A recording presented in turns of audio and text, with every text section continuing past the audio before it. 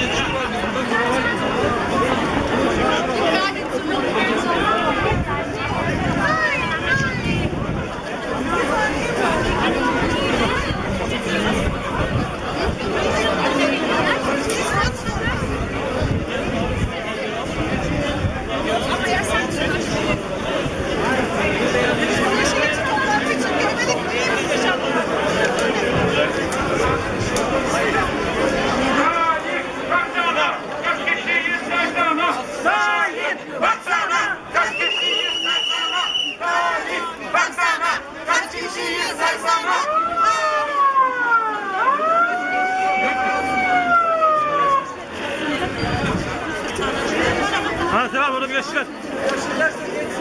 Gel gel.